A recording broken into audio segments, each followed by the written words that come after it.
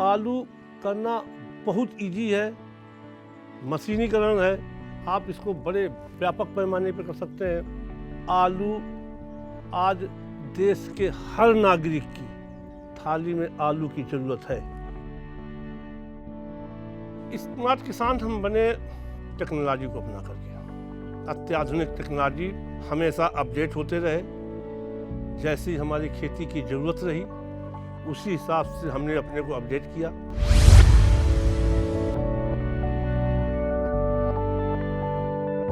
'87 में इलाहाबाद से विधि स्नातक करने के बाद 4-5 साल वहाँ पे तैयारी की सिविल सर्विसों को।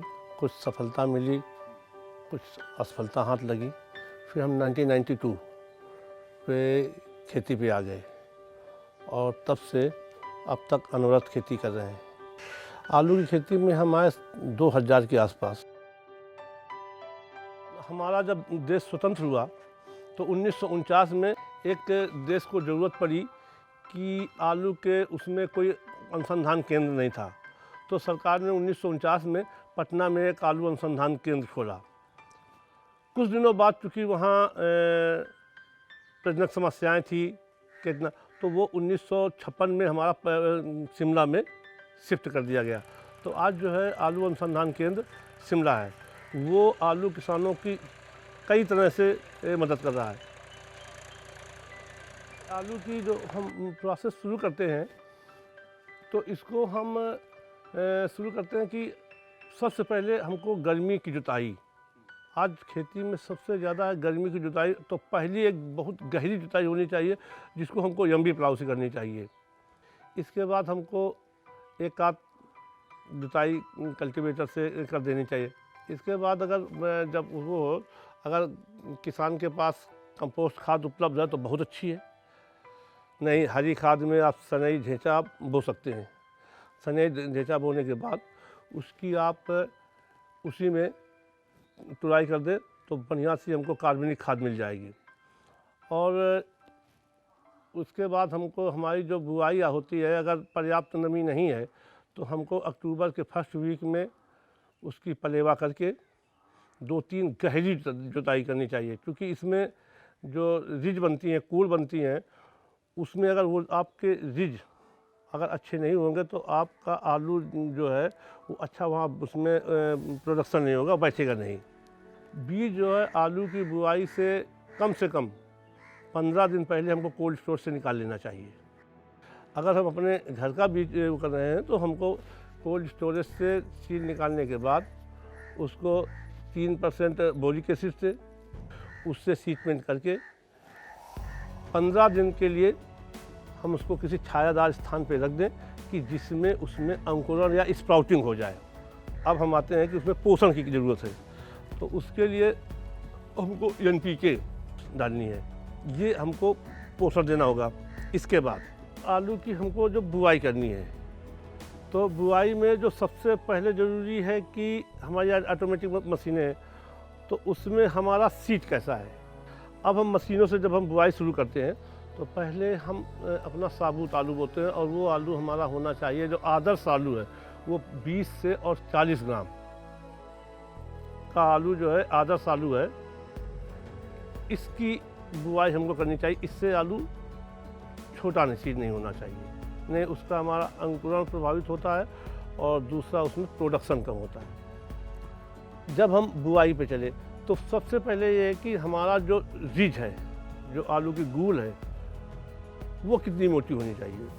तो वो जो हमारी जो राशन आलू है, जो टेबल आलू है, उसके लिए हमको चाहिए करीब 60 सेंटीमीटर ऊंचाई उसकी 60। और अगर हम चिप्सोना वैरायटी या प्रोसेसिंग की वैरायटी कर रहे हैं तो 65 से 67 सेंटीमीटर मोटी होनी चाहिए। सीड से सीड की दूरी, अगर हमारा आलू 40 ग्राम का हम मान के चल रहे हैं, 40 से 50 ग्राम का है, तो दूरी हमारी होनी चाहिए 15 से 20 सेंटीमीटर। अगर हमारा आलू जो सीड है वो 60 से 100 ग्राम का है तो फिर हमारी दूरी होनी चाहिए 25 से 30 सेंटीमीटर। इसके बाद हमको गहराई का बहुत ध्यान रखना है। बहुत सारी वैरायटियाँ होती हैं जो नीचे की तरफ जाती हैं, बहुत सारी वैरायटियाँ होती हैं जो ऊपर की तरफ जाती हैं। फिर हमारा पहला जो काम होता है कि ये जो हमारे वीड्स हैं उसके लिए हम क्या करें।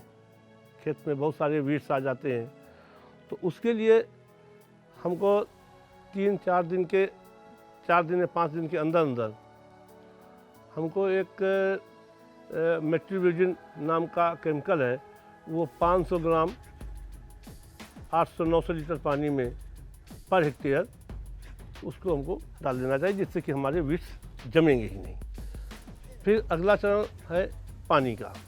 अगर हमारे खेत में उचित नमी है, पर्याप्त नमी है, हमने पलेवा करके बोया है, तो 10 दिन के अंदर, 10 से 12 दिन के अंदर पहला पानी और हल्का पानी कि वो जो हमारी रिज है वो 50% से ऊपर न जाए पानी। इसके बाद अब हम आते हैं जो हमारा अगला चरण है। अगले चरण में जब हमारा आलू 30 से 35 दिन में हो जाए, 35 दिन का हो जाए, 40 दिन का हो जाए, जब एक रो से दूसरी रो का आलू टच करने लगे, तब हमको प्रिवेंटिव एक स्प्रे की ज़रूरत है, जिससे कि उसमें हमारी बीमारी जैसे कि अर्ली ब्लाइट, जिसको हम अगेती झुलसा कहते हैं, वो उसकी आने की संभावना रहती है। तो हम मैंकोजेब का एक प्रिवेंटिव स्प्रे कर सकते हैं। अब हम हार्वेस्टिंग कैसे करेंगे। हार्वेस्टिंग करने में सबसे जो महत्वपूर्ण है कि हमारी जो रिज है, जो गूल है, वो मिट्टी टाइट ना हो पाए, एक चीज़, क्योंकि अगर मिट्टी टाइट हो गए तो उसमें बहुत बड़े बड़े डले बनने लगेंगे, और वो जब हम अपना डिगर चलाएंगे, हार्वेस्टर चलाएंगे, तो उसमें डले बनेंगे तो हमारा आलू डैमेज होगा। हमको ये चाहिए कि मिट्टी हमारी भुरभुरी बनी रहे, एक, और दूसरी बात टेम्परेचर बहुत अप न हो पाए।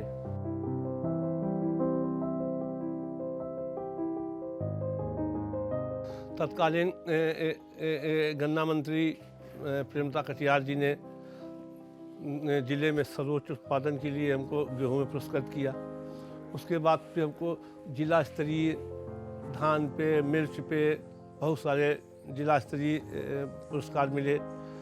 फिर जब हम हार्टिकल्चर पे आए तो प्रदेश स्तर के आलू में बहुत सारे, हमारे लिए जो हम मान के चलें कि सबसे गौरवपूर्ण दिन तो अक्टूबर 2013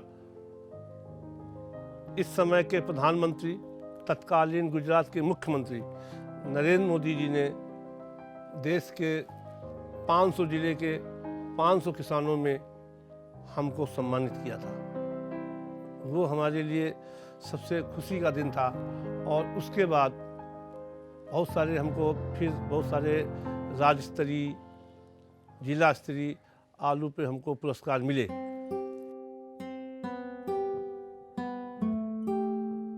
हम तो सभी किसान भाइयों से कहते हैं कि कोई भी खेती करें, आलू की खेती करें, अन्य खेती करें, एक उसका पहले एक दीर्घकालिक प्रोग्राम बना लें।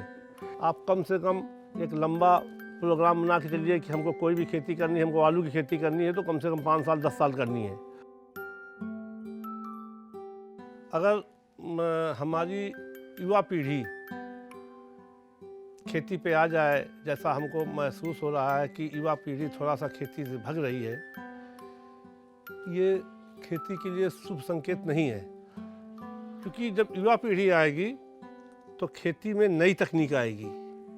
आज इतनी ज़्यादा नई तकनीक आ गई है, आपके बहुत सारे एग्रीकल्चर ऐप हो गए हैं, यूट्यूब हो गए हैं, बहुत नई। अब तो ज़रूरी नहीं है कि आप साइंटिस्टों के टच में रहें, इतने सारे ऐप हैं, मोबाइल है।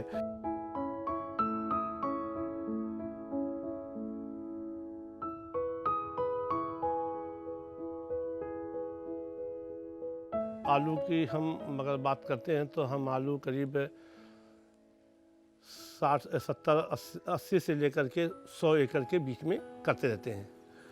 जहाँ तक ये है कि जो हमारा प्रोडक्शन है, तो प्रोडक्शन उसको हम ऐसा करते हैं कि हमारा जो जितनी हमारी लागत आई, जितनी हमारी इनपुट कास्ट आई, वो इनपुट कास्ट जितनी हमारी होती है उसको तो हम उतना आलू हम हार्वेस्टिंग के ही समय मार्केट में सेल कर देते हैं। हमारा प्रोडक्शन है ये बहुत कैरी करता है कि मार्केट के रेट क्या हैं। हम आलू पे ले लेते हैं, 2014 में 20-25 रुपये किलो बिका, 2017 में आके 2 रुपये किलो बिका। तो ये बहुत वो करता है कि रेट कैसे हैं। अगर हम एक एवरेज रेट मान के चलें, एवरेज रेट हम 2020 के रेट नहीं ले रहे हैं, अगर हम 2020 के रेट ले लें तो हमको एक हेक्टेयर में जो हमारा जो प्रॉफिट है वो 5 लाख के आसपास होना चाहिए। हम एवरेज ले लेते हैं, हम 2020 का ले रहे हैं, 2014 का ले रहे हैं। एक एवरेज रेट लें तो हमको 2 लाख रुपए पर हेक्टेयर नेट प्रॉफिट होना चाहिए एक अच्छे किसान को।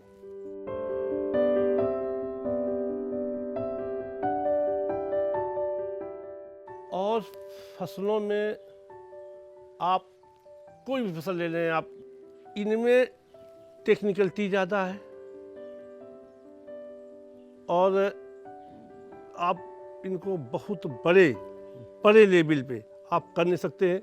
देश में सबसे संपन्न किसान आलू के किसान हैं, तो इसलिए हमारा वो है किसानों का आलू बोएं, अच्छी तकनीक, अच्छा बीज और जो एक हमारा मूल मंत्र है समय का मैनेजमेंट। इनमें आलू में क्या है, आलू में मशीनीकरण बहुत है। 60 ड्यूरेशन की बनाती हैं, आपके 90 से 100 दिन में आपकी आलू तैयार हो जाती है। प्रोडक्शन बहुत ज़्यादा है, तो आलू करना बहुत इजी है, मशीनीकरण है। आप इसको बड़े व्यापक पैमाने पर कर सकते हैं।